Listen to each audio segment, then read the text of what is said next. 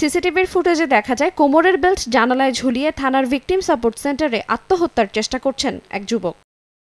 Police জানায় 4 বছর আগে বগুড়ার শিবগঞ্জ উপজেলার নাটমরিচাই গ্রামের মাহবুবুরের সঙ্গে পাশের পুকুর গ্রামের এক তরুণীর প্রেমের সম্পর্ক গড়ে ওঠে। ভুক্তভোগীর পরিবারের অভিযোগ, শুক্রবার বিকেলে ওই তরুণীর বাবা আবুল হোসেন মাহবুবকে ফোন করে বিয়ের কথা বলার জন্য বাড়িতে ডেকে নিয়ে যায়। এ সময় 999-এ ফোন করে মেয়েকে উত্ত্যক্তর অভিযোগ করেন তরুণীর বাবা। পরে পুলিশ এসে তাকে হেফাজতে নেয়, রাখা হয় ভিকটিম সাপোর্ট সেন্টারে। থানাতে আসলাম, থানা ঢুকতে দিচ্ছে না। তারপর আবার এমকা সরে আসে একটা বললাম যে কি হচ্ছে, পুলিশের কোনো কাজ কিছু হয় না, তোমার ভাগ্নে মেডিকেল লেগেছে। এখন ছেলের সুস্থ নেই, অসুস্থ।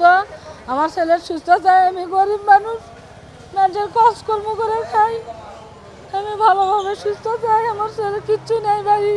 শনিবার সকালে ভিকটিম সাপোর্ট সেন্টারে আত্মহত্যার চেষ্টা করেন ভুক্তভোগী যুবক। পরে দরজা ভেঙে তাকে উদ্ধার করে হাসপাতালে ভর্তি করা হয়। এই ঘটনায় কোনো পুলিশ সদস্যের গাফিলতি থাকলে ব্যবস্থা নেওয়ার কথা জানায় পুলিশ। চলছে প্রেডিকশন গেম নগদ অ্যাপে। প্রেডিকশন করে জিতুন জিক্সার বাইক, টিভি, স্মার্টফোন সহ আরো অনেক পুরস্কার।